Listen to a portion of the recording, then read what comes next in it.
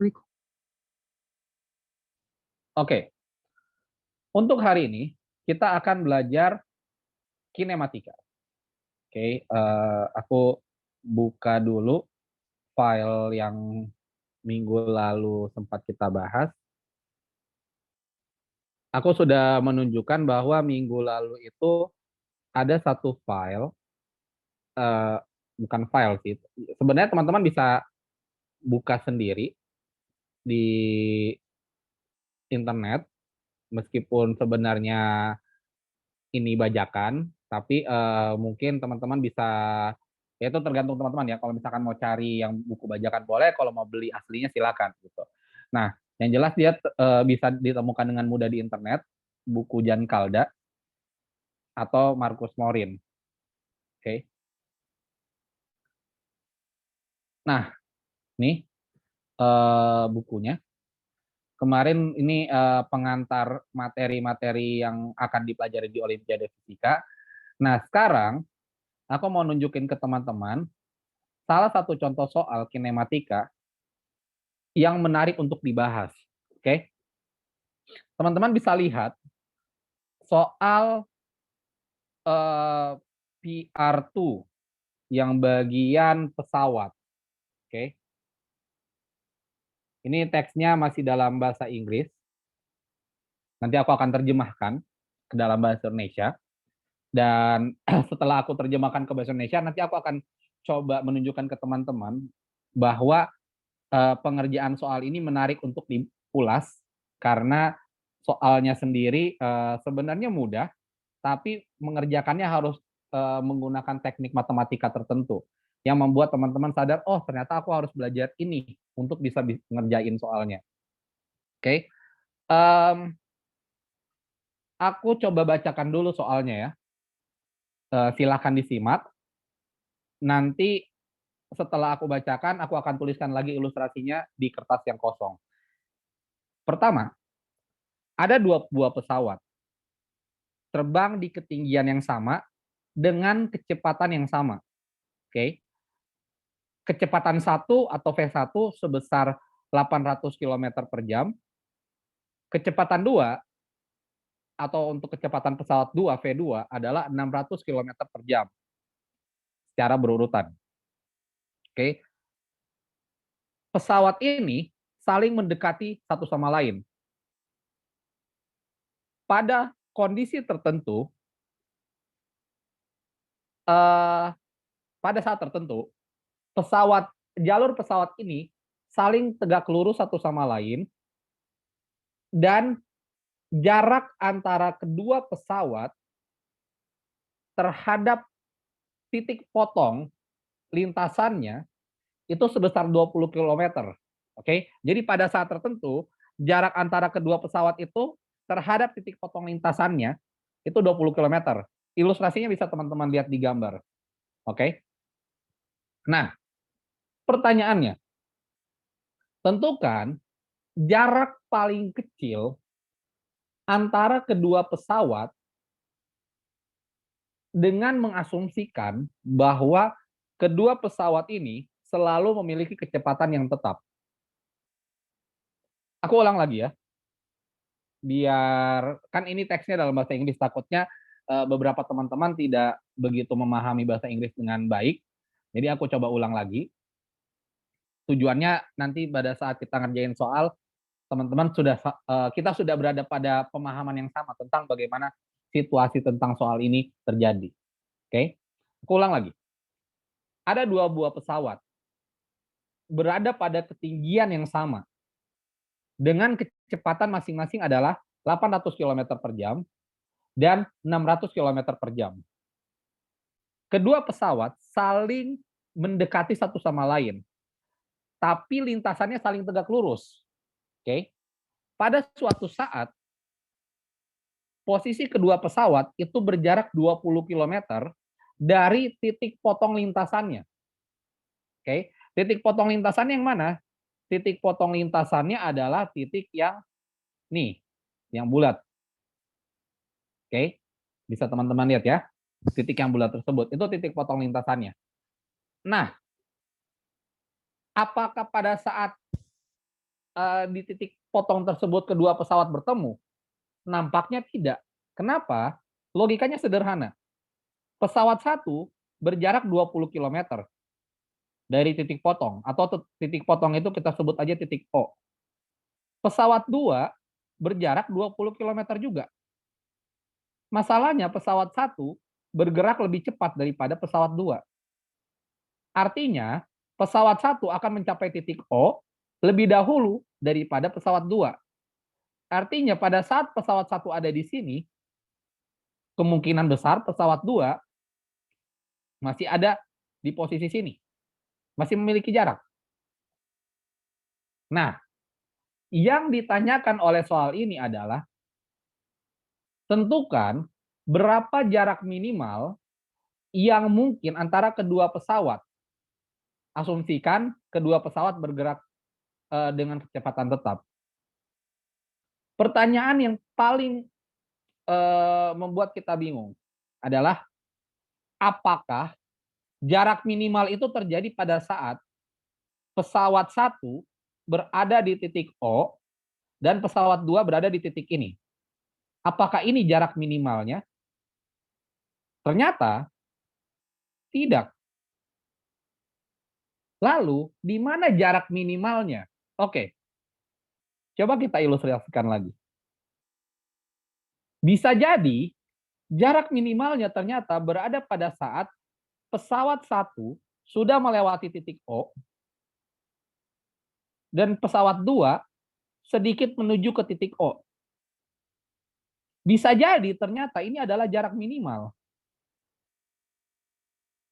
Atau bisa jadi juga bahkan pada saat pesawat 1 di titik O tadi dan pesawat 2 belum mencapai titik O, itu adalah jarak minimalnya. Nah, ini masih sangat random kasusnya. Oke? Kita tidak bisa menyimpulkan bahwa pada saat pesawat 1 di titik O, pada saat pesawat 1 di titik O tadi, kondisinya adalah jarak minimal antara kedua pesawat. Itu belum bisa ditentukan. Kenapa? Karena kondisinya sangat random. Bisa jadi pada saat pesawat 1 lewat dikit dari titik O ke arah kanan dan pesawat 2 naik sedikit ke atas, itu kondisinya jaraknya minimal. Bisa jadi loh, itu jaraknya lebih pendek. Nah, pertanyaannya sekarang, bagaimana cara kita menentukan si jarak minimal antara kedua pesawat selama penerbangan ini? Apakah kita harus menerka-nerka, oh posisinya di sini, posisinya di sini? Yang jelas, tidak sesederhana itu. Tapi bisa kita buat sederhana. Bagaimana cara membuat sederhananya? Maka nanti ada teknik matematika yang akan saya tunjukkan sehingga kasus ini bisa didefinisikan dengan sederhana. Oke? Jadi setelah pembahasan ini, aku akan menunjukkan ke teman-teman bahwa ada satu konsep matematika, konsep mat yang harus dipelajari. Bagaimana kalau kalian tidak mempelajari kasus ini? Nampaknya kalian tidak akan pernah bisa menemukan jawabannya. Oke? Mari kita bahas. Sekarang, aku rasa teman-teman sudah paham lah ya, materi sederhana soal kecepatan. Apalagi kecepatannya konstan. Di materi sekolahan, kita sering menyebut kondisi kecepatan konstan sebagai gerak lurus beraturan. Di mana syarat mutlaknya adalah kecepatan harus konstan. Terus ada pertanyaan, Kak, bagaimana kalau kecepatannya tidak konstan? Berarti aturan GLB nggak boleh dipakai. Karena GLB syaratnya adalah kecepatan konstan. Oke, itu diingat ya. Semua kondisi ada syaratnya. GLB syaratnya adalah kecepatan konstan. Nah, aturan dasar di GLB atau pada saat kondisi kecepatan konstan, aturannya sederhana. V sama dengan S per T.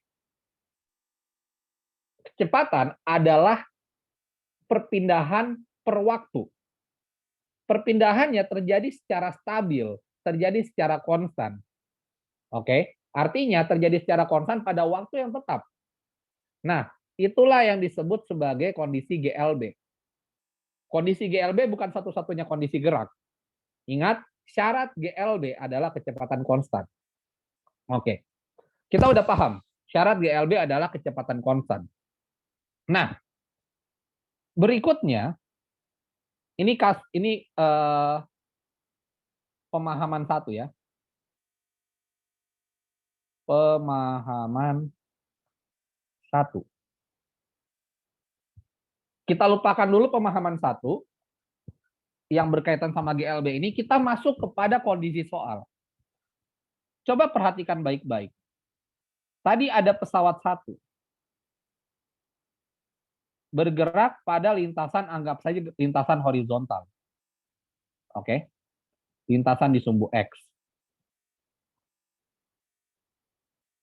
Kemudian ada pesawat dua. Pesawat dua bergerak pada lintasan sumbu Y. Ini kondisi di soal ya.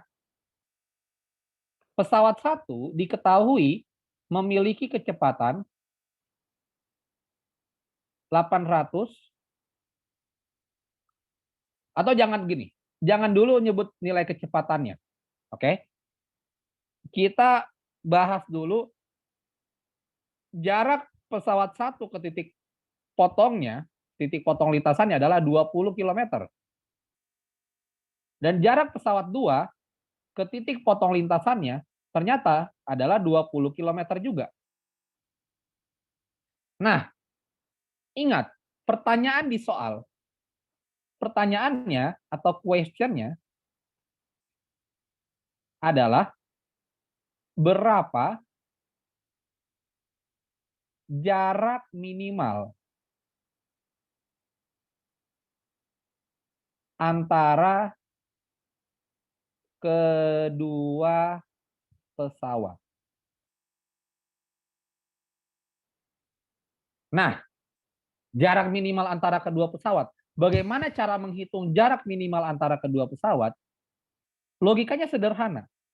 Kalau kita mau menghitung jarak kedua pesawat, artinya kita sedang menghitung dari titik pesawat satu ke titik pesawat dua memiliki jarak garis lurus berapa panjang.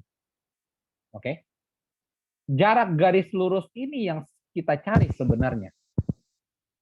Oke. Jelas ya? Jarak garis lurus ini yang kita cari. Kita lihat aja pada kondisi awal.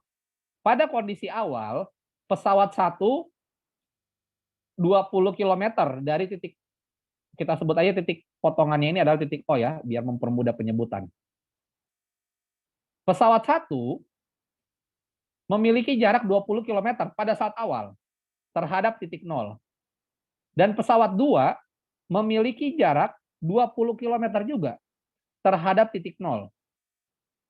Artinya, pada saat awal, jarak antara kedua pesawat ini kan trajektorinya saling tegak lurus.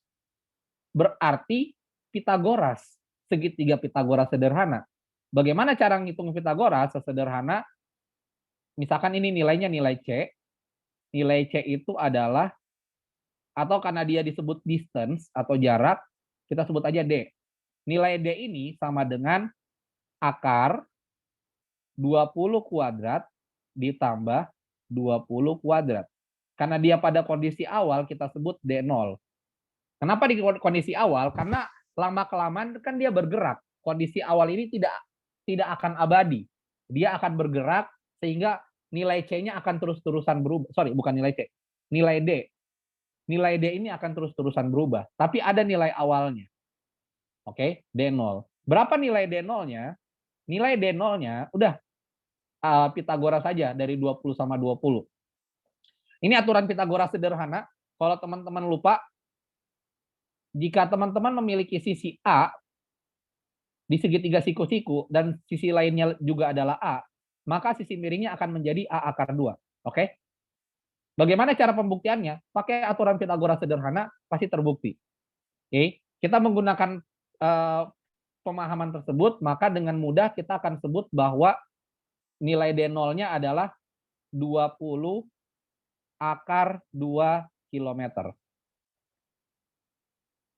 Aku mau mengingatkan, jika teman-teman sampai pada kasus ini mengalami kesulitan memahami tentang Pitagoras ini, ada baiknya teman-teman belajar lagi materi Pitagoras, materi materi geometri sederhana yang ada di pelajaran SMP. Oke, kalau seandainya teman-teman mengalami kesulitan memahami Pitagoras ini, yang kayak A sama A jadi A akar 2, silakan diulang lagi materi SMP biar teman-teman tidak ketinggalan terlalu jauh. Oke, aku lanjutkan saja.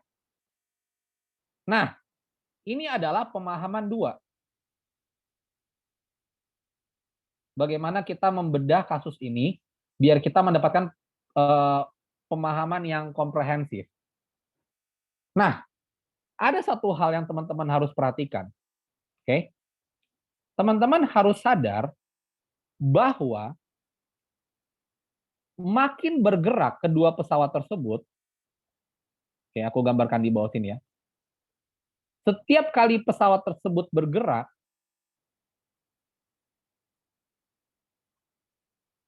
misalkan bergerak di jarak di arah horizontal, sama yang satu lagi bergerak di arah vertikal. Makin pesawat itu bergerak, misalkan dia bergerak maju ke sini, terus yang biru juga maju, pesawat satu, maka jarak antara kedua pesawat secara logika akan makin mendekat. Oke. Jelas ya?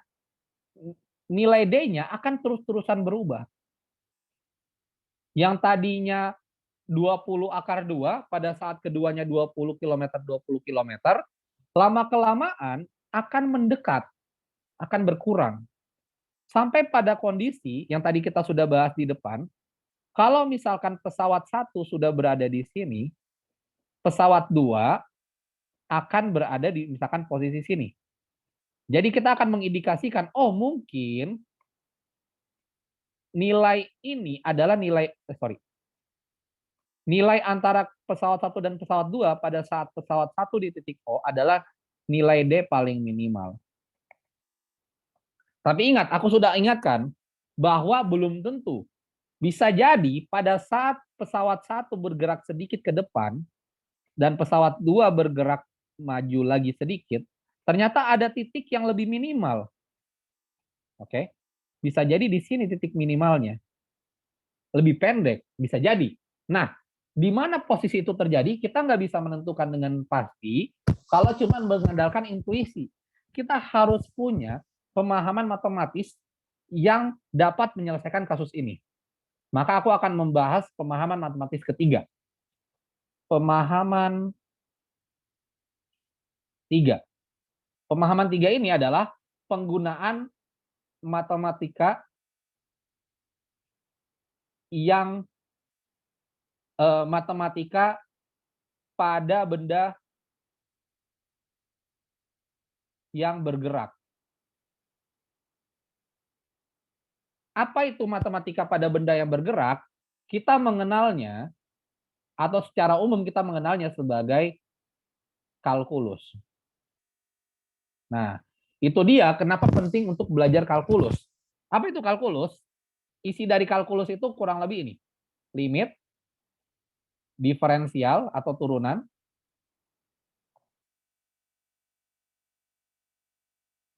sama integral. Kurang lebih 3 hal ini yang membentuk kalkulus. Oke? Nah, bagaimana kalkulus digunakan untuk menyelesaikan soal ini? Mari kita bahas. Oke, aduh sorry. Nah, perhatikan baik-baik. Nilai D, kita definisikan lagi ya. Nilai D tadi adalah nilai jarak antara kedua pesawat. Nah, apakah nilai jarak antara kedua pesawat ini selalu tetap? Apakah dia selalu bertahan di 20 akar 2? Ternyata tidak. Dia akan terus-terusan berubah. Berubah menjadi apa? Mengecil. Awalnya mengecil. Lama-kelamaan, begitu dia sudah melewati, pesawat 1 sudah melewati sumbu X ke arah positif, dan pesawat 2 sudah melewati sumbu X ke arah negatif, dia akan kembali membesar jaraknya.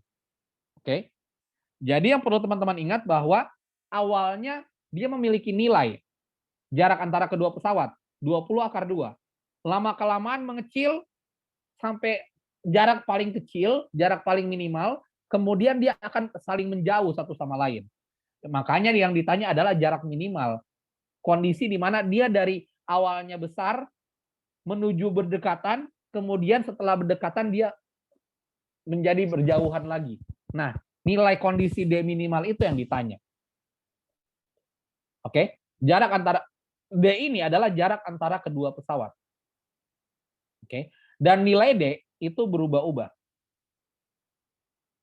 Nilai D berubah-ubah setiap saat. Jadi setiap saat nilai D akan terus-terusan berubah.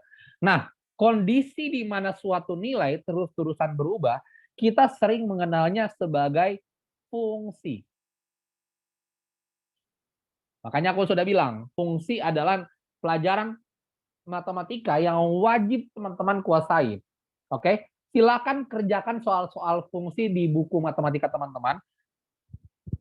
Pastikan teman-teman mengerjakan semua soal dan pastikan teman-teman lancar di semua soal fungsi. Karena dengan lancar di semua soal fungsi, mau fungsi, fungsi komposisi, fungsi inverse, dijamin teman-teman akan sedikit lebih mudah untuk dapat menguasai fisika. Oke? Nah, berarti karena nilai D ini terus-terusan berubah setiap saat, berarti kita menyebutnya sebagai fungsi. Nah, nilai D ini adalah fungsi terhadap waktu. Kenapa fungsi terhadap waktu? Karena dia akan berubah-ubah setiap saat. Setiap waktu terus-terusan berubah. Oke. Sekarang, bagaimana cara kita mendefinisikan nilai D? Kita sama-sama sadar. Oke. Aku bangun lagi. Aduh, sorry. Aku bentuk lagi ilustrasinya. Ada pesawat 1, kemudian ada pesawat 2. Oke. Kita sadar secara terus-terusan bahwa pesawat 1 dan pesawat 2 akan terus-terusan mengecil jaraknya, kemudian setelah mengecil sampai di kondisi paling kecil, kemudian saling berjauhan lagi. Oke. Nah, dari mana kita mendapatkan nilai D tadi? Oke. Nilai D tadi kita dapatkan sesederhana dengan cara menghitung sisi-sisi segitiga. Misalkan ini adalah D1 sebagai jarak dari pesawat 1 ke titik 0 atau titik O tadi, dan ini adalah D2. Di mana D2 itu adalah jarak dari pesawat 2 ke titik O tadi. Oke? Dan bagaimana cara menghitung D? Ternyata D itu didapatkan dari Pitagoras. Matematika sederhana. D1 kuadrat tambah D2 kuadrat. Oke? Misalkan ditulis akar aja. Akar D1 kuadrat ditambah D2 kuadrat. Oke. Nah, kita kembangkan lagi. Jadi nilai D adalah sama dengan, oke, kita sudah dapat tadi nilai awal. Nilai awal D1 dan D2 adalah 20-20. Oke. Sekarang kita coba tinjau D1. Apakah pesawat 1 akan memiliki nilai yang tetap ke titik O? Sayangnya tidak. Kenapa? Karena pesawat 1 akan terus-terusan jaraknya berkurang terhadap titik O. Berkurangnya bagaimana? Kita coba perhatikan. Kecepatan V1 adalah 800 km per jam. Artinya, setelah 1 jam, dia telah maju sebesar 800 km. Berarti setelah 1 jam, pesawat 1 akan maju sebesar 800 km dari posisi awalnya. 800 km. Nah, sedangkan nilai awal tadi hanya 20 km. Pertanyaannya, berapa jarak posisinya pesawat satu jika dihitung terhadap titik O? Sekarang ternyata jaraknya adalah 800 kurang 20. Berarti 800 kurang 20 sama dengan 780 km. Ini sebagai gambaran saja ya. Oke. Jadi, setiap saat jarak V1 dari titik O akan terus-terusan berubah. Nah, ilustrasi ini aku gunakan 1 jam. Artinya dalam 1 jam jadi 800 km. Nah, bagaimana kalau misalkan baru bergerak misalkan 10 menit atau baru bergerak 1 detik? Oke. Kalau dia baru bergerak 1 detik, ya dia majunya baru dikit, nggak mungkin sampai 800 km. Oke. Nah, jadi analisanya sederhana. Bentar ya. Nah, oke, sorry. Analisanya sederhana. Ini aku hapus lagi yang 800 km. Aku tinjau pada kondisi jarak yang sangat kecil. Pada waktu yang sangat kecil pergerakannya. Jaraknya 20 km. Oke. Setiap detik jarak pesawat bertambah atau setiap waktu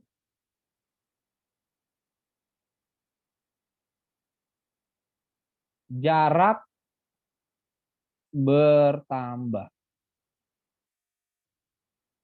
Oke, setiap waktu jarak bertambah. Nah, bagaimana kita mendefinisikan jaraknya jika setiap waktu bertambah? Kan sederhana. Kita balik lagi ke pemahaman satu. Pemahaman satu, kalau kecepatannya konstan, maka V sama dengan S per T. V kecepatan, S adalah perpindahan, dan T adalah waktu. Sehingga, kalau misalkan setiap waktu jarak bertambah, berarti cara kita menghitung jarak kan sederhana. Jarak itu nilai S sama dengan V kali T. Oke. Nah, berarti pada saat misalkan dia bergerak dalam waktu T, pesawat V1 sudah maju sebesar ini. S dengan nilai V sama dengan S sama dengan V kali T. Oke. Ini jarak dia maju. Sekarang tersisa berapa jaraknya ke titik O? Jarak yang tersisa ke titik O sekarang kan tinggal sisanya. Ini kan hubungan garis aja. Total 20 km. Tadi dia maju udah sebesar S sama dengan V kali T. Berarti sisanya kondisi pesawat kan sekarang udah di sini. Pada saat T, kondisi pesawat udah maju. Oke. Sehingga jaraknya yang tersisa adalah tinggal nilai ini doang. Nah, berapa nilai ini? Nilai D ini disebut D1. Kenapa? Karena kan kita udah bahas, D1 diukur terhadap pesawat ke titik O. Dan nilai D1 akan terus-terusan berubah. Berarti D1 itu merupakan fungsi. Bagaimana dengan D2? D2 juga fungsi karena berubah-ubah. Kalau D1 dan D2 fungsi, otomatis D-nya juga merupakan fungsi. Oke. Kita ulas lagi D1 tadi.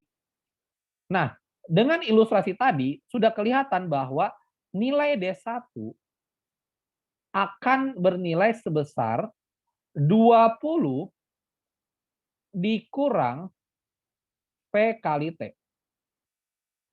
Oke. 20 dikurang V kali T. Nah, agar mempermudah pemahaman, kita definisikan aja.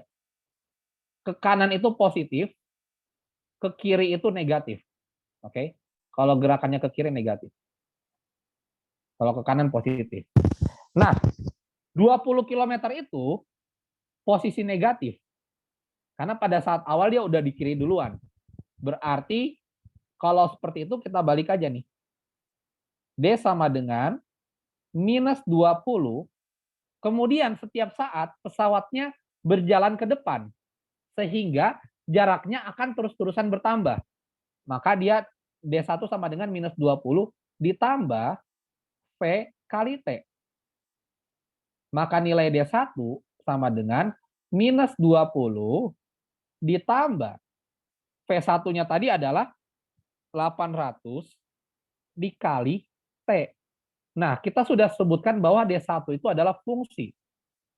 Kalau D1 adalah fungsi, berarti kita bisa menuliskan D1 seperti ini. D1 fungsi waktu sama dengan minus 20 ditambah 800T. Ini adalah fungsi D1. Oke. Jadi awalnya dia berada di minus 20, lama-kelamaan posisinya akan terus-terusan bertambah, akan terus-terusan ke kanan. Ingat, minus menunjukkan arah ke kiri. Minus 20 menunjukkan bahwa posisi pesawat 1 pada saat awal berada sebelah kiri sejauh 20 km dari titik O. Oke. Nah, kemudian beberapa saat dia terus-terusan berjalan sebesar 800 km per jam. Sehingga ditambah 800 dikali T. Nilai T-nya berapa? Akan terus-terusan berubah tergantung perhitungan waktunya. Dari detik ke 0 sampai detik berikutnya. Oke? Baik, Pak. Ada yang mau bertanya? Oke. Kalau tidak ada, aku lanjut ya. Nah, kemudian, tadi kita udah membahas D1. Oke? Berikutnya, kita tinggal bahas D2. Ingat, tujuan utama kita adalah menghitung nilai D, jarak antara kedua pesawat. Ingat lagi, jarak antara kedua pesawat berubah-ubah setiap saat. Makanya, nilai D ini atau jarak antara kedua pesawat itu disebut fungsi. Fungsi adalah bentuk matematika untuk menunjukkan perubahan setiap saat atau setiap nilai variabel tertentu, dia akan berubah nilainya. Misalkan kalau X-nya berubah, Y-nya berubah. Pada konteks ini, jika T-nya berubah, maka jaraknya atau jaraknya akan terus-terusan berubah. Oke? Nah, ingat nilai D dibentuk oleh Pitagoras antara D1 dan D2. D1 adalah jarak pesawat ke titik O. D2 adalah jarak pesawat ke titik O. D1 jarak antara pesawat 1 ke titik O. Sorry, ada pesawat satunya. D2 adalah jarak antara pesawat 2 ke titik O. Sedangkan D adalah jarak antara kedua pesawat. Pitagoras ya. Aman ya sampai sini? Nah, sudah tadi dijabarkan tentang D1, berarti dengan logika yang sama, kita bisa tinjau kayak gini. Ini V2, pesawat 2, pada saat awal, dia berjarak 20 km ke titik O. Oke. Artinya, posisi pesawat 2, jika misalkan kita membuat kesepakatan bahwa arah ke bawah itu negatif, arah ke atas itu positif. Berarti posisi pesawat 2 pada saat awal itu adalah minus 20. Kemudian pesawat 2 bergerak ke atas. Maka setiap saat dia akan bertambah-tambah terus posisinya terhadap titik O. Oke? Maka dengan logika sederhana, logika matematika sederhana, D2 itu merupakan minus 20. Ingat posisi awalnya minus 20. Lama-kelamaan dia bergerak ke atas, ke arah positif. Berarti terus-terusan bertambah. Sebesar 600 dikali T. Kenapa 600 kali T? Ingat, V kali T adalah perubahan posisinya atau perpindahannya. Oke?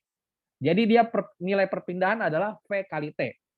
Pada saat awal dia sudah memiliki nilai minus 20, kemudian terus-terusan bertambah sebesar 600 kali T. Nilai T-nya berapa? Bisa berubah-ubah. 1 detik, 1 menit, 1 jam, 1 abad, 1 tahun, bisa sangat variatif. Oke? Nah, jika kita sudah mendapat persamaan ini, maka kasusnya sudah 50% selesai. Oke?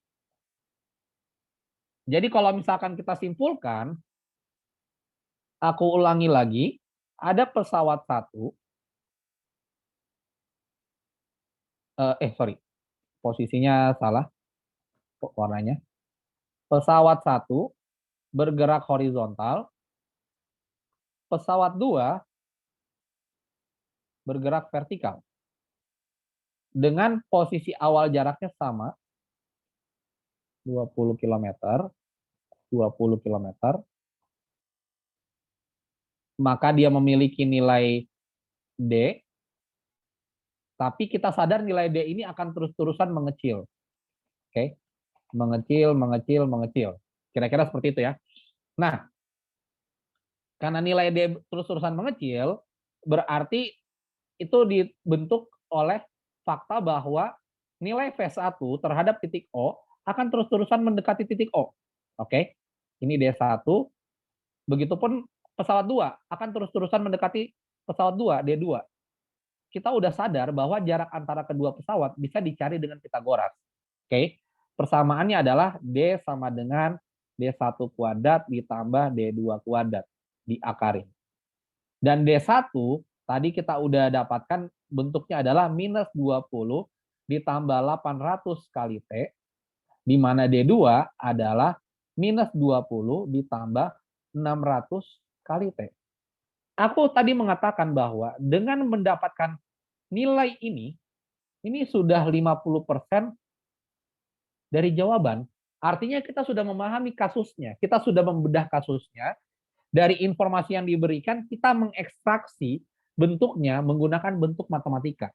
Makanya kenapa aku bilang bukan hanya fisikanya doang yang penting, tapi bagaimana matematikanya perlu dikuasai. Dan matematikanya sederhana sekali. Matematika yang digunakan adalah Pitagoras biasa. Oke? Tapi nantinya kita akan menemukan fakta bahwa Pitagorasnya tidak akan sederhana karena ada variabel T, di mana nilai T akan terus-terusan berubah. Oke? Nah, aku tunjukkan lagi dari awal. Tadi pemahaman satunya fisikanya hanya GLB doang. P sama dengan S per T. Pemahaman duanya terhadap kasusnya dibedah secara matematis. Kita dapat Pitagoras, dan pemahaman 3 adalah kalkulusnya, atau matematika pada benda yang bergerak. Nah, kita sudah sampai di pemahaman kedua. Karena kesimpulannya tadi kita udah dapat nih, bahwa kita udah dapat Pitagorasnya, kita juga udah menerapkan konsep S sama dengan V kali T, itu dia kenapa di persamaan D ada 800T dan 600T, ini dari konsep fisika. Nah, berarti kita tinggal masuk ke konsep berikutnya, yaitu konsep kalkulusnya. Tapi, sebelum masuk ke konsep kalkulusnya, aku pengen tunjukkan berapa nilai D-nya. Ini matematika sederhana sekali ya, untuk mendapatkan nilai D. D sama dengan, masukkan D1. Akar dari minus 20 ditambah 800T, pangkat 2, ditambah minus 20 ditambah 600T, pangkat 2. Sehingga nilai D-nya, atau kita buat D kuadrat aja lah, biar nggak pakai akar. Nilai D kuadratnya adalah, tinggal diuraikan aja Pitagoras ini. Oke. Ini aku pakai aljabar sederhana ya. Kalau misalkan teman-teman tidak terbiasa, aku akan tunjukkan. Ingat, kalau teman-teman memiliki A plus B dikuadratkan, maka dia akan menjadi hasilnya A kuadrat tambah 2AB tambah B kuadrat. Ingat, ini aturan ini materi SMP. Bagi teman-teman yang belum mahir, terutama anak-anak kelas 10 nih biasa, yang baru-baru ngelihat, oh ternyata ini dipakai ya perhitungan kayak gini. sebaiknya teman-teman mahirkan dulu kemampuan teman-teman terhadap aljabar sederhana kayak gini ya. Karena ini akan sangat membantu. Biar kita nggak perlu pakai kalkulator dalam melakukan perhitungan. Oke?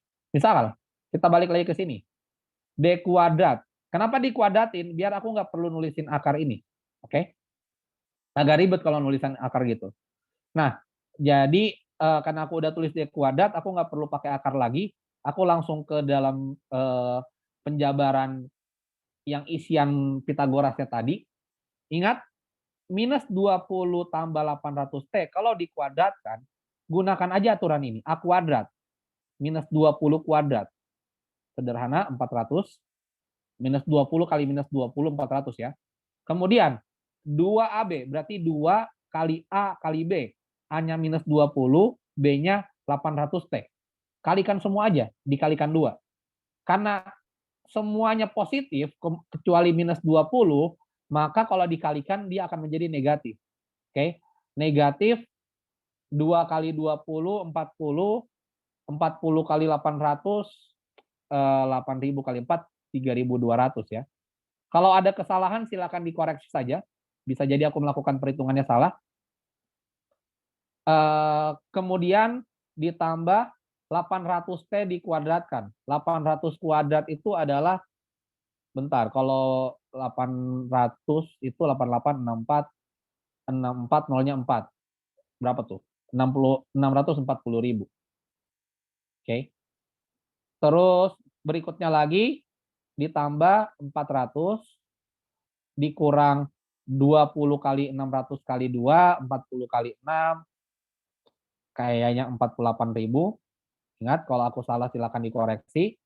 Ditambah 600T kuadrat, 360.000. Oke. Maka nilai D kuadratnya akan menjadi, di total aja, ada yang menunjukkan di sini minus 32.000. Yang mana nih minus 30? Oh, ini 32.000. Oke. Sip, aman. Oke, thank you koreksinya. Mana nih tadi? 32.000. Oke. Nah, udah ditambahin aja semua. Ini hal-hal berkaitan sama perhitungan kayak gini nggak signifikan di poin ya. Tapi kenapa nggak signifikan di poin? Asumsinya teman-teman ikut Olimpiade Fisika bisa ngitung, bisa kali, bisa bagi jumlah kurang dengan mudah gitu loh. Jadi dia tidak terlalu signifikan di poin. Yang signifikan itu adalah membentuk D, D1, dan D2. Oke? Tapi harus hati-hati, jangan sampai salah. Kenapa? Karena Olimpiade Fisika sekarang yang tingkat kota itu kan isian singkat. Nah, jadi teman-teman nggak boleh salah ngitung. Dan yang unik lagi nggak boleh pakai kalkulator, itu kan sangat menyusahkan. Tapi ya udahlah, ikuti aja sistemnya. Oke? 400 sama 400, 800. 32.000 sama 48.000 berapa tuh? 80.000 ya. Min 80.000. Kalau salah koreksi aja. 640 tambah 360 itu 1 juta. Ini tadi ada T-nya, 80.000 T. Oke. Nah, berikutnya sudah. Ini nilai D kuadratnya. Oke. Berarti kalau nilai D-nya tinggal dimasukin pakai akar aja. Akar 800 min 80.000 T tambah 1 juta. Nah, ini kan lagi-lagi, ini kan kita masih ngitung pemahaman 2. Masih menghitung nilai Pitagorasnya. Ingat, nilai D tadi adalah jarak antara kedua pesawat yang berupa Pitagoras antara pesawat 1 dan pesawat 2. Sekarang, bagaimana kita menyelesaikan soalnya? Aku mengingatkan lagi, pertanyaan di soalnya adalah berapa jarak antara pesawat minimal? Berapa jarak minimal antara pesawat? Oke, balik nih. Jarak minimal antara pesawat. Nah, kita sadar nilai D itu adalah fungsi waktu. Sama dengan akar 800 min 80.000 T tambah 1 juta. Ada nilai T, berarti kita akan nambah gini, oh Kak, bagaimana kalau kita coba-coba nilai T-nya? Pertanyaannya, mau coba berapa kali? Oke, apakah kalian mau coba dari 0 sampai 100? Apa kalian mau coba dari 0 sampai 1000? Terus ngelihat polanya? Bisa-bisa aja, tapi repot banget gitu loh. Kalau misalkan aku coba nilai T-nya 0, oh kalau nilai T-nya 0, hasilnya ternyata adalah 1.800.000 gitu. Oh, salah. Belum akar 1.800.000. Oh, ternyata tidak membantu, tidak tidak sangat tidak signifikan karena akan menyulitkan. Oke. Jadi gimana nih cara menghitung nilainya? Oke. Ternyata cara menghitung nilainya ada tekniknya. Nah, tadi aku udah jelaskan. Untuk menyelesaikannya, teman-teman perlu pemahaman ketiga, yaitu matematika pada benda bergerak atau kita sebut kalkulus. Nah, ada suatu aturan di kalkulus yang mutlak untuk dikuasai. Aturannya kira-kira begini.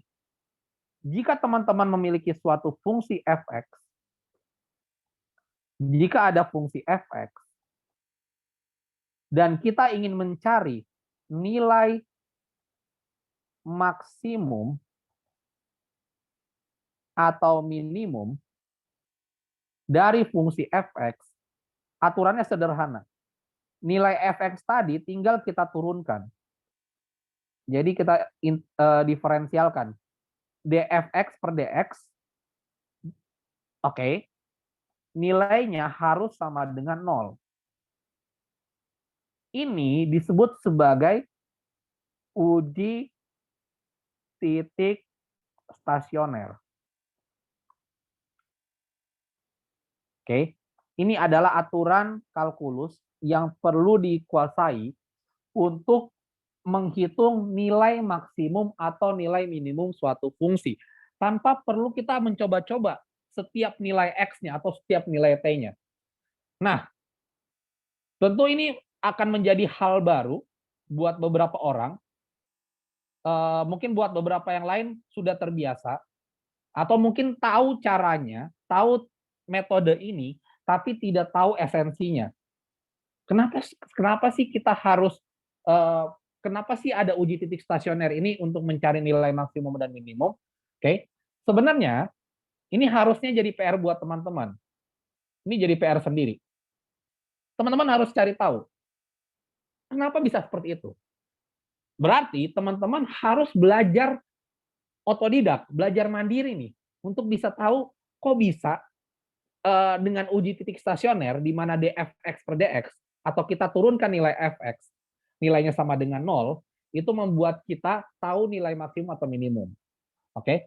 Sebenarnya aku akan kasih gambaran sederhana kayak gini. Ini kita akan sedikit belajar matematika ya. Spesifik matematikanya adalah kalkulus. Spesifik kalkulusnya lagi adalah diferensial. Aku mau, ini secara umum ya, aku nggak akan menjelaskan terlalu detail, aku akan memberikan pemahaman secara umum. Apa itu diferensial? Diferensial adalah nilai kecepatan perubahan fungsi. Nilai kecepatan perubahan fungsi. Atau dia didekatkan juga sebagai gradien dari garis fungsi. Ingat, gradien itu adalah kemiringan. Kemiringan itu polanya sederhana. Kalau dia bergerak ke kanan atas, artinya nilai gradiennya positif. Kalau dia bergerak ke kanan bawah, artinya nilai gradiennya negatif. Ingat, gerakan dalam fungsi itu dari kiri ke kanan. Jadi selalu dilihatnya dari kiri ke kanan, selalu gerak ke kanan. Oke? Kalau dia ke kanan atas nilai gradiennya positif, Kalau ke kanan bawah, nilai gradiennya negatif. Aku contohkan. Misal seperti ini. Ada suatu fungsi, ini gambar fungsi ya, YX. Gambar fungsinya kira-kira seperti ini. Ingat, apa itu fungsi? Fungsi itu adalah nilai berubah-ubah. Suatu nilai yang berubah-ubah terhadap sesuatu. Artinya gini, nilai Y akan terus-terusan berubah terhadap X. Jadi kalau nilai X-nya aku kasih 0, nilai Y-nya sekian. Kalau X-nya aku kasih misalkan 10, nilai Y-nya sekian. Dan nilai Y-nya akan terus-terusan berubah. Bisa aja konstan. Yang jelas nilai dari setiap X akan dievaluasi terus-terusan, sehingga nilainya berubah-ubah. Nah, ada syarat sahnya fungsi. Fungsi itu tidak boleh seperti ini. Jadi satu nilai X tidak boleh memberikan nilai Y 2 kali. Setiap nilai X hanya boleh memberikan satu nilai. Ibaratnya setiap satu solusi, setiap satu inputan hanya bisa menghasilkan satu solusi. Tidak boleh menghasilkan double solusi. Biar tidak ambigu. Oke? Jadi nggak boleh fungsi itu nggak boleh melingkar. Kalau udah melingkar, kita nggak akan menyebutnya sebagai fungsi lagi. Nah, aku ulang lagi. Ingat, definisi tentang fungsi ini penting sekali untuk dikuasai. Kalau teman-teman merasa, Kak, aku nggak ngerti nih, tapi kayaknya pernah belajar di waktu SMP. Sebaiknya belajar ulang. Jangan bilang, kayaknya fisika aku nggak perlu belajar-belajar gini. Oke. Sebaiknya kalau udah ngomong kayak gitu, mending nggak usah ikut Olimpiade Fisika, karena nggak mungkin nggak kepake. Itu mutlak. Metode ini mutlak untuk digunakan. Karena emang kalkulus itu sudah didefinisikan tadi adalah matematika untuk benda yang berubah-ubah atau posisi yang berubah-ubah. Sehingga karena dia membahas perubahan, dia sangat erat kaitannya sama fisika. Oke? Balik lagi. Garis merah ini adalah fungsi.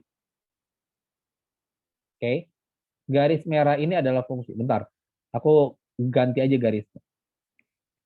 Garisnya masih kurang. Nah, aku ubah lagi misalkan. Oke. Misal nih garisnya ya. Oke. Nah, kita tinggal melakukan suatu uji sederhana seperti ini. Kita melakukan pengamatan sederhana. Coba lihat baik-baik. Misalkan ini adalah titik A, ini adalah titik B,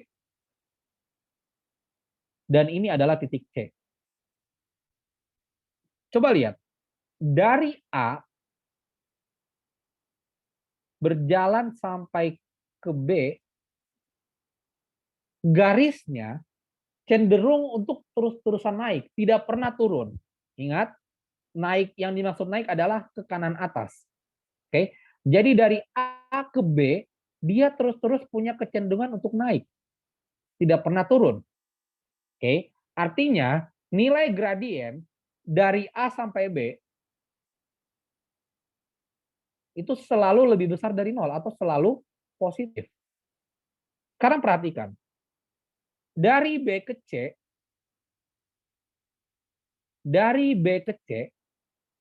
dia selalu punya tendensi untuk turun. Ingat, turun itu adalah ke kanan bawah dari B ke C. Sehingga gradien dari B ke C akan selalu kurang dari 0 atau negatif. Ini aturan bilangan sederhana. Jika ada suatu nilai peralihan dari positif, misalkan aku bikin garis bilangan. Oke. Kalau misalkan ada peralihan dari positif ke negatif, pasti kondisi peralihannya adalah titik 0. Nah, pertanyaannya, di mana kondisi nilai M sama dengan 0? Di titik peralihannya. Di mana titik peralihannya? Di B. Oke. Berarti gradien di B itu sama dengan 0. Nah, nilai B ini disebut sebagai titik stasioner. Sekilas kita bisa melihat bahwa nilai B itu memiliki gradien horizontal. Jika ada suatu fungsi, grafik fungsi, kemudian nilai gradiennya adalah sama dengan 0, berarti kan garisnya horizontal. Oke, bisa dilihat di gambar sini. Ini kan kalau misalkan ini positif, yang ini negatif, berarti kalau dia horizontal, gradiennya sama dengan 0. Nah, gradien garis singgung terhadap fungsinya, itu kan nilainya sama dengan 0, gradiennya. Artinya itu titik stasioner. Dan kecenderungannya titik stasioner pasti terbentuk kalau bukan di nilai maksimum, ya di nilai minimum. Pada kasus ini, pada kasus grafik ini, nilai B fungsi f(x) pada saat kondisinya adalah f(x) di B, itu adalah nilai paling besar. Nilai ini adalah nilai maksimum. Oke, terbukti ya nilai maksimum, karena nggak ada lagi nilai lebih besar daripada itu. Nah, oke, jika teman-teman masih kurang paham, aku kasih penjelasan satu lagi grafik. Bagaimana kalau grafiknya seperti ini?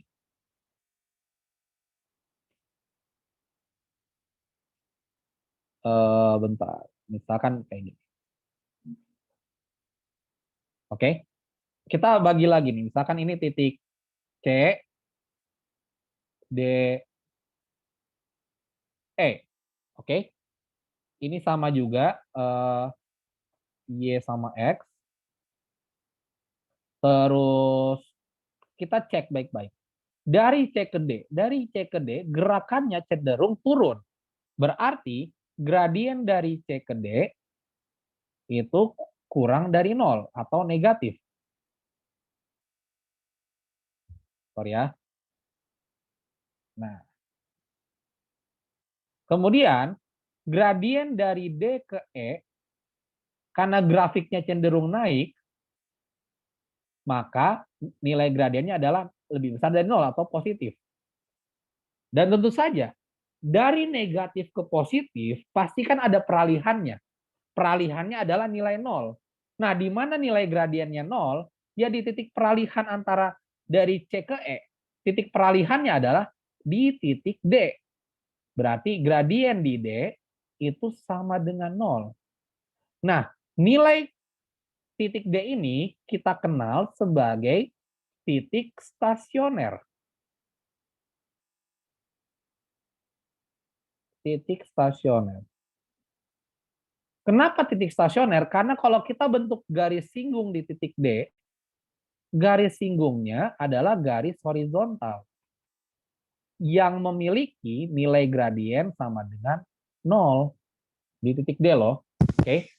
Dan titik stasioner, kalau bukan menunjukkan nilai, ingat, titik stasioner,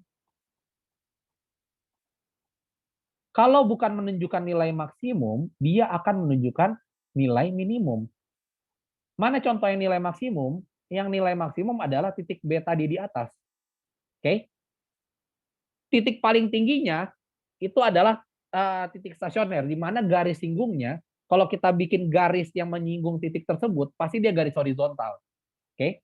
Atau di nilai minimum. Jadi bisa dua-duanya. Bisa salah satu aja, bisa dua-duanya. Oke. Jelas ya, titik stasioner itu bisa di maksimum, bisa di minimum. Karena pada kondisi tersebut, di maksimum ataupun di minimum, garis singgung yang melalui kedua titik tersebut pasti adalah garis horizontal. Di mana garis horizontal memiliki gradien sama dengan 0. Oke. Kenapa kita harus belajar ini? Oke. Balik lagi. Kita ingin mengetahui kok bisa dengan uji titik stasioner kita bisa mengevaluasi nilai maksimum dan nilai minimum. Tadi alasannya. Karena dengan kita uji nilai titik stasioner, kita sedang menguji kondisi titik di mana gradiennya sama dengan 0. Yang di mana nilai tersebut adalah nilai maksimum atau nilai minimum. Ingat, Tadi aku udah jelaskan sekilas juga, diferensial itu menghitung nilai kecepatan perubahan fungsi atau nilai gradien dari garis fungsi. Oke? Karena dia menghitung nilai gradien diferensial itu adalah menghitung gradien dari garis fungsi, maka bentuknya diferensial itu adalah dy per dx atau dfx per dx. Kebayang sampai sini ya? Semoga kebayang. Itu alasannya kenapa kita perlu melakukan uji titik stasioner.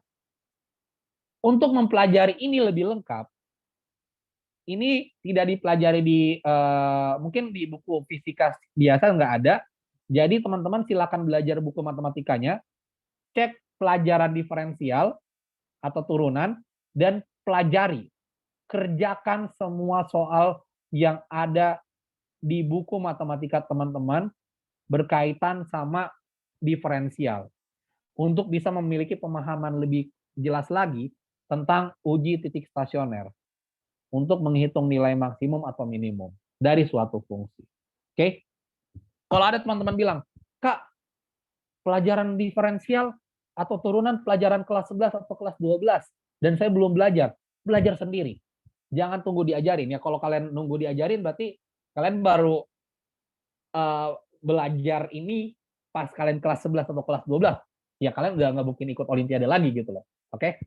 Jadi silakan belajar sendiri tentang materi ini dengan lebih detail. Aku tadi sudah memberikan gambaran kenapa uji titik stasioner bisa membuat kita mengetahui nilai maksimum ataupun nilai minimum. Gambarannya seperti ini ya. Oke. Balik lagi ke konteks soalnya. Oke. Tadi kita udah menghitung jarak antara pesawat. Nilai D-nya sudah ada. Nah, tapi kita perlu nyari berapa jarak minimalnya. Berarti kita harus cari berapa nilai T yang dibutuhkan untuk menggantikan fungsi dt yang ada di sini. Oke. Sehingga kita akan mendapatkan nilai D minimal. Cara mendapatkannya menggunakan uji titik stasioner yang baru saja dibahas. Oke. Kita bahas lebih rinci. Ingat, nilai dt-nya adalah 800 dikurang nilai dt adalah akar 800 dikurang 80.000 T ditambah 1 juta. Oke. Nah, dengan menggunakan uji titik stasioner, berarti caranya sesederhana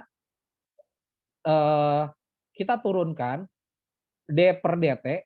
Ingat fungsinya adalah dt ya. Fungsinya adalah dt dan penulisan penurunan adalah ini.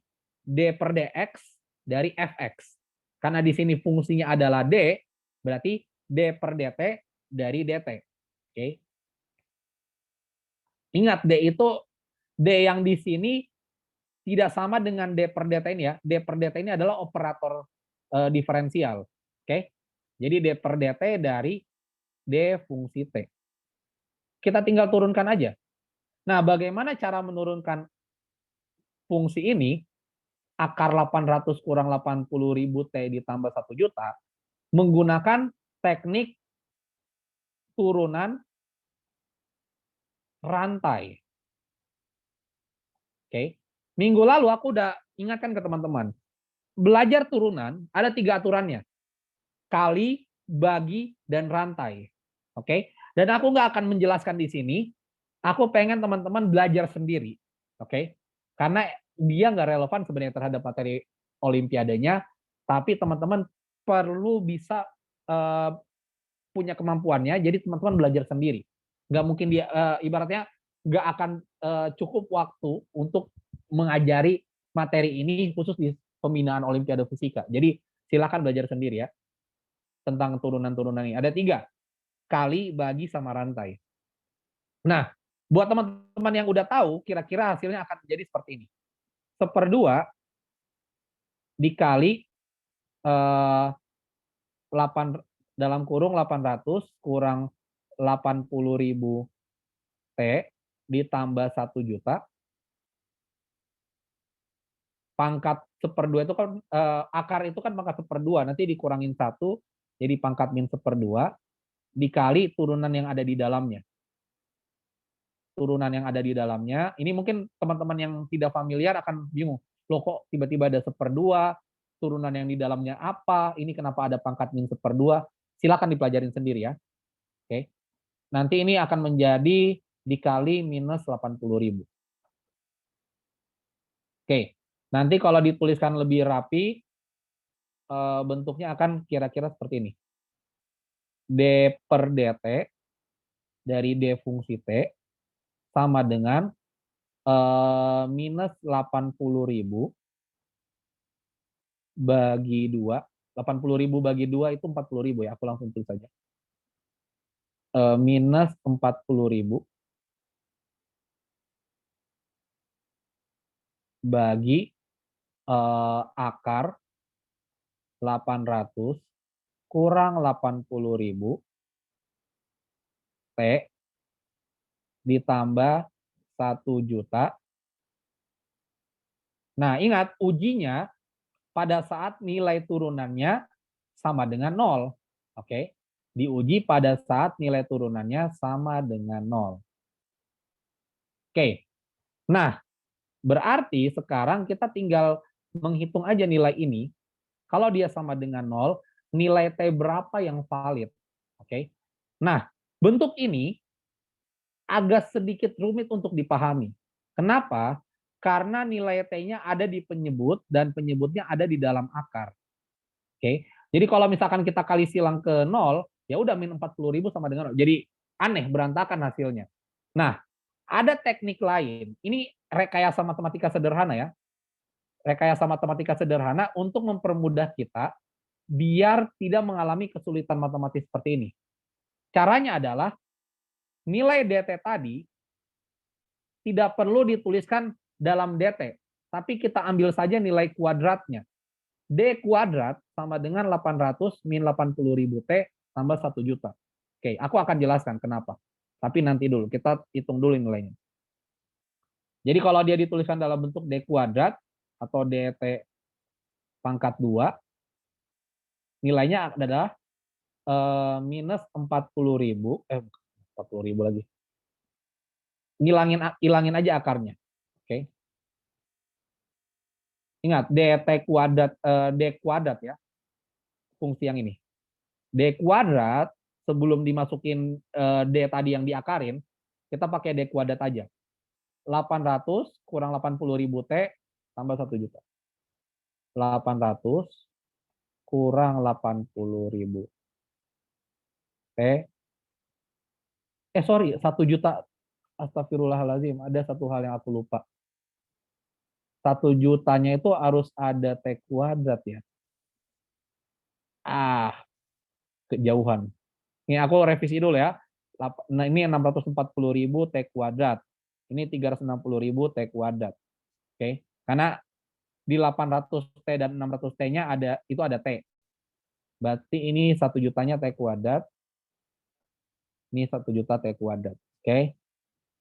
Tinggal tambahin T kuadrat aja. Ini juga sama. T kuadrat. Oke. Nah, ini 1 juta T kuadrat, 1 juta T kuadrat, 1 juta T kuadrat. Oke. Nah, ini 1 juta T kuadrat. Oke. Sudah tidak dalam akar ya, karena pakai dt-nya dikuadratin. Nah, kita bisa langsung turunkan aja d per dt dari fungsi dt yang dikuadratkan tadi.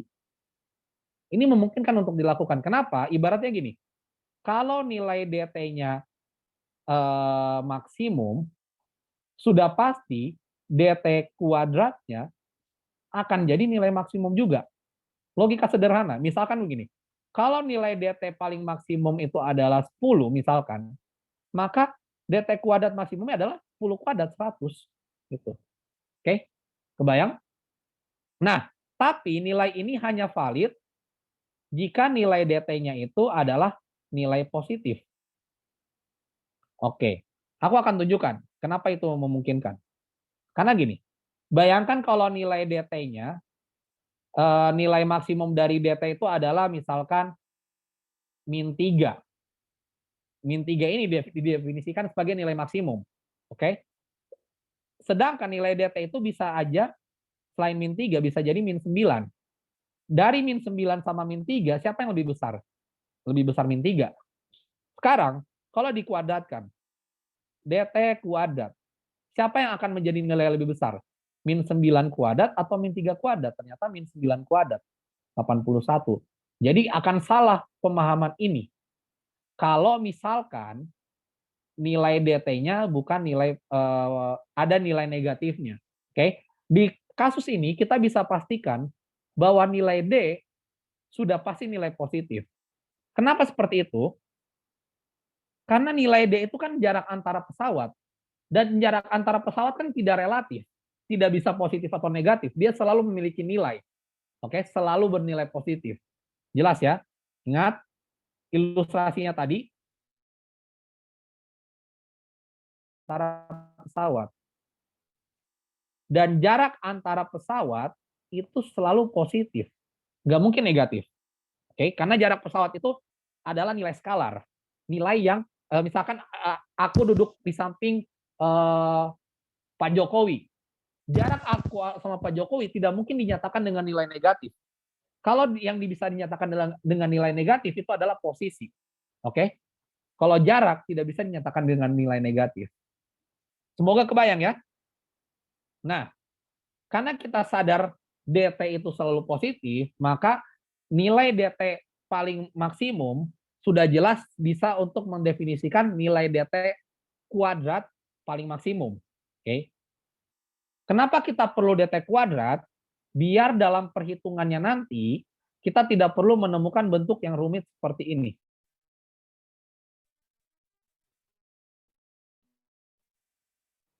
Jelas ya? Mungkin bagi kelas 11 atau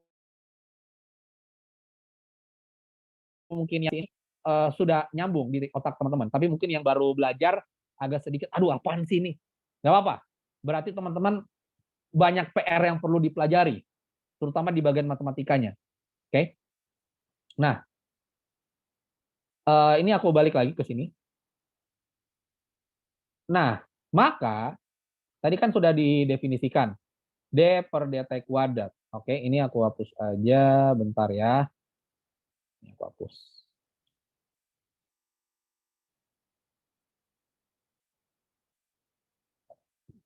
Oke, turunannya ini kalau seperti ini turunan sederhana ya. Buat teman-teman yang pernah belajar pasti tahu konstanta yang nggak punya variabel kalau diturunkan akan menjadi 0. Min 80.000 T, ingat variabelnya kan per DT, berarti terhadap T. Kalau min 80.000 T, kalau diturunkan akan menjadi min 80.000. T-nya hilang.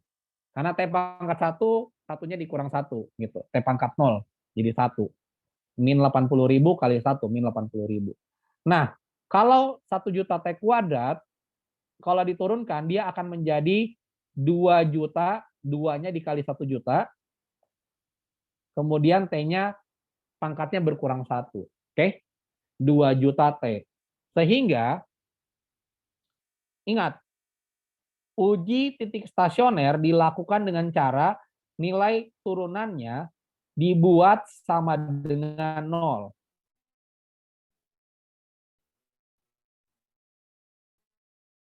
Nanti ditabung sama dengan 0 aja hasilnya. Ini aljabar sederhana. Minus 80.000 T ditambah 2, min 80.000 ditambah 2 juta T sama dengan 0. Sehingga 2 juta T sama dengan 80.000. Dan nilai T-nya adalah 80.000 bagi 2 juta. Bagi teman-teman yang bagian aljabar sederhana pindah ruas seperti ini masih mengalami kesulitan, sebaiknya belajar lagi matematika SMP aljabar dengan lebih getol. Oke? Gak usah malu, harus dipelajari. Karena kalau misalkan teman-teman mengalami kesulitan di bagian pindah ruas ini, artinya aljabar teman-teman itu masih payah. dan harus segera dibenahi. Bagaimana cara membenahinya? Belajar lagi materi dasarnya, biar nggak mengalami kesulitan lagi di kemudian hari. Oke? Ini sederhana. Ini kan aku tuh sering banget ngajar dan aku sering banget ketemu anak-anak yang 2 juta tes sama dengan 80.000. Nilai T-nya sama dengan 2 juta bagi 80.000. Salah. Kalau ketemu orang kayak gitu, udah pasti aku yakin aljabarnya masih payah banget. Dan dia harus banyak belajar. Oke, matematikanya. Buat teman-teman yang merasa matematikanya masih payah, silakan inisiatif untuk belajar lagi. Oke? Nggak usah malu. Itu perlu untuk self awareness, itu sangat perlu. Mengetahui diri teman-teman sangat perlu. Kita lanjutkan. 80.000 bagi 2 juta, ini nolnya ada 4, coret. Berarti 8/200. Dan 8/200 adalah berapa tuh? 1/25 ya. Ingat, satuannya dalam jam. 1/25 jam. Nah, nilai T sama dengan 1/25 jam adalah nilai T yang bisa memberikan nilai DT paling minimal. Berarti kalau kita butuh jarak antara jarak minimal antara pesawat, kita kan tahu fungsi DT tadi. Fungsi DT adalah berapa tadi ya? Aduh, lupa lagi. 800 min 80.000 T, oke. Bentar ya.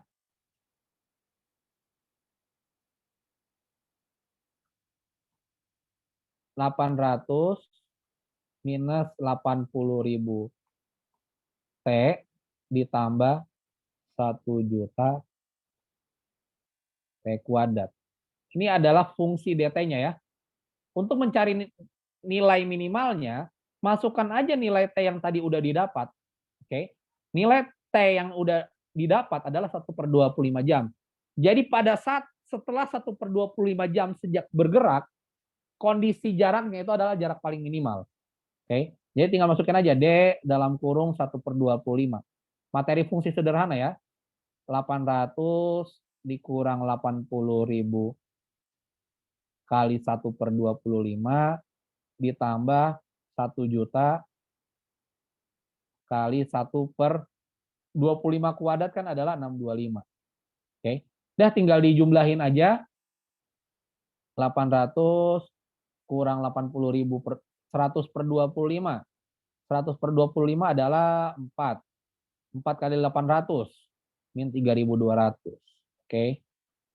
Ini ini bisa diambil gini, 100 per, ini kan 625 itu kan hasil dari 1/25 1/25. 100/25 4. 100/25 4. Oke, 4 kali 4 kali 100.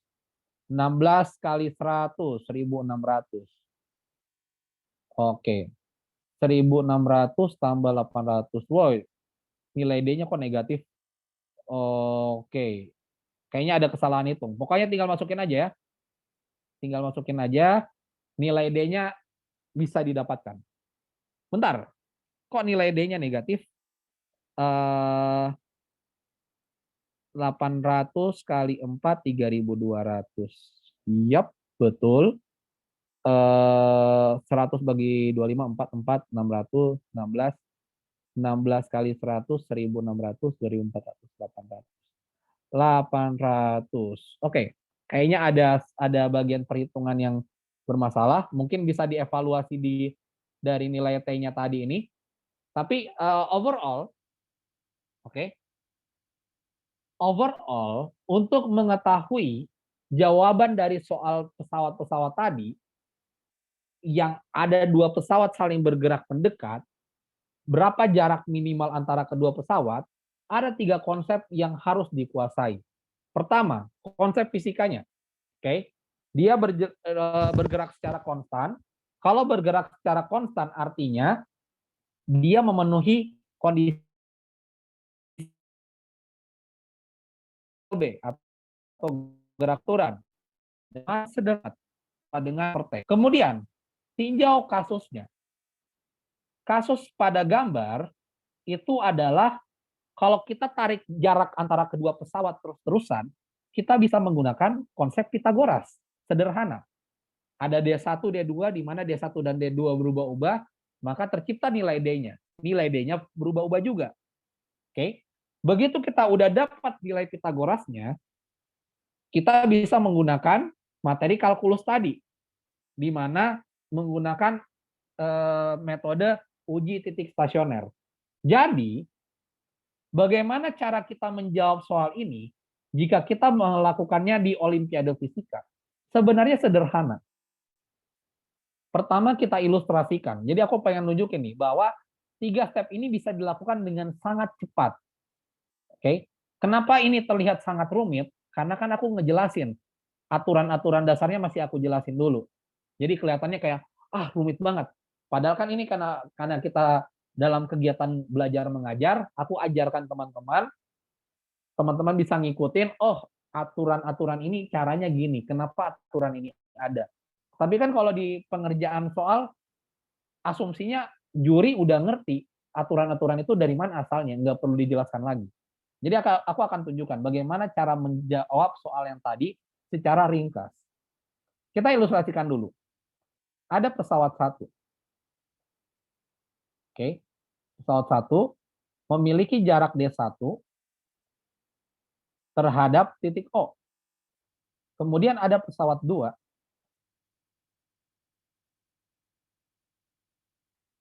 memiliki jarak D2 terhadap titik O. Nah, jarak antara kedua pesawat itu adalah D. Di mana nilai D itu, nilai D kuadrat sama dengan D1 kuadrat ditambah D2 kuadrat. D1 didefinisikan sebagai minus 20 ditambah 800T. Sedangkan nilai D2 didefinisikan sebagai minus 20 ditambah 600T. Nggak usah dijelaskan dari mana asal persamaan ini. Dengan nulis persamaan ini aja udah jelas bahwa teman-teman paham kondisinya kayak apa. Oke. Jadi juri udah tahu, step ini yang digunakan aman. Langsung aja D kuadrat sama dengan D1 kuadrat minus 20 ditambah 800T ditambah minus 20, ini kuadrat ya, ditambah 600T kuadrat. Dan nilai D kuadratnya adalah berapa tadi ya? Minus 800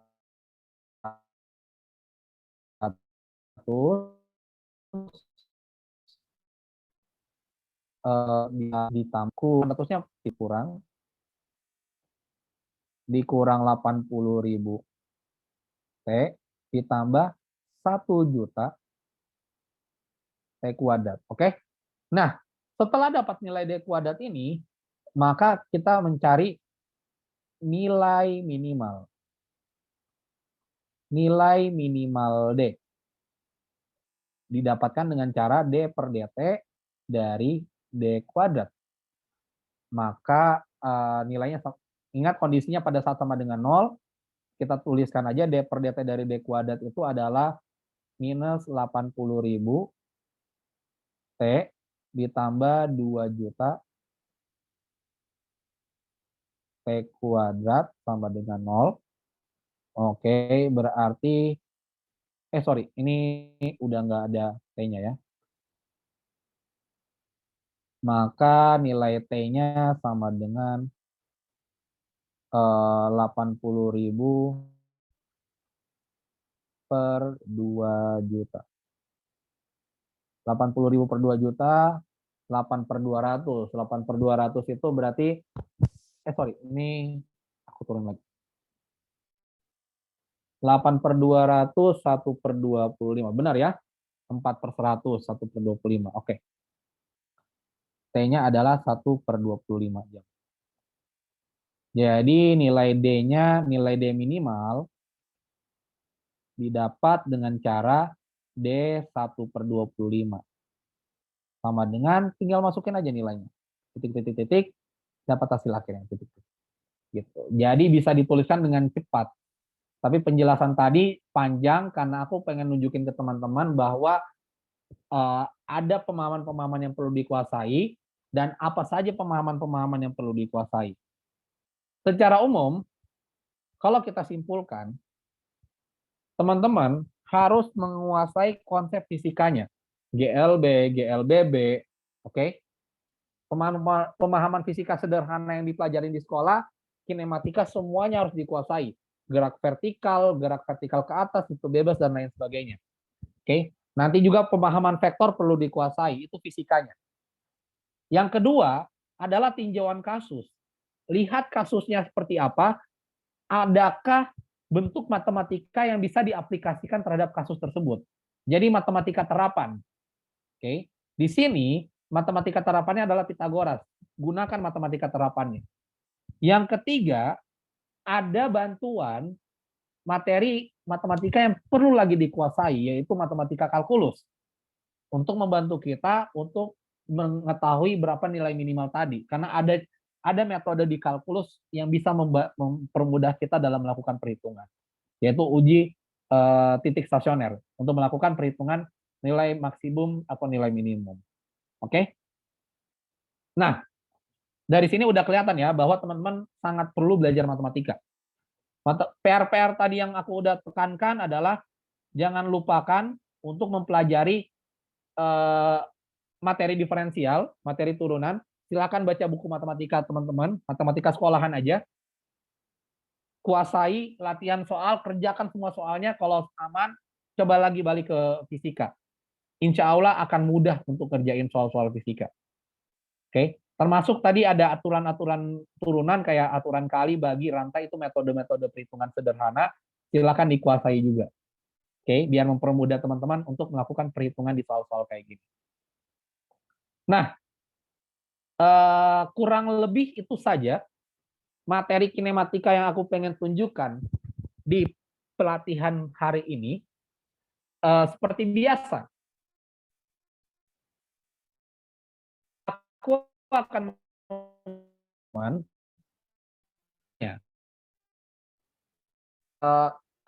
kan nanti 3 pertanyaan ya. Kalau nanti lebih dari 3 ya udah, aku akan berusaha menjawab semua pertanyaan. Kumpulkan pertanyaan teman-teman berkaitan sama materi kinematika atau tips dan trik dalam menghadapi Olimpiade Fisika. Kalau bisa sih relevan terhadap materi yang diajarin kali ini. Kalau nggak relevan juga tanyakan saja. Mungkin siapa tahu aku bisa membantu teman-teman. Oke, aku kasih waktu 5 menit untuk bertanya. Silakan gunakan fitur chat ya, nggak usah gunakan mikrofon. Oke, silakan.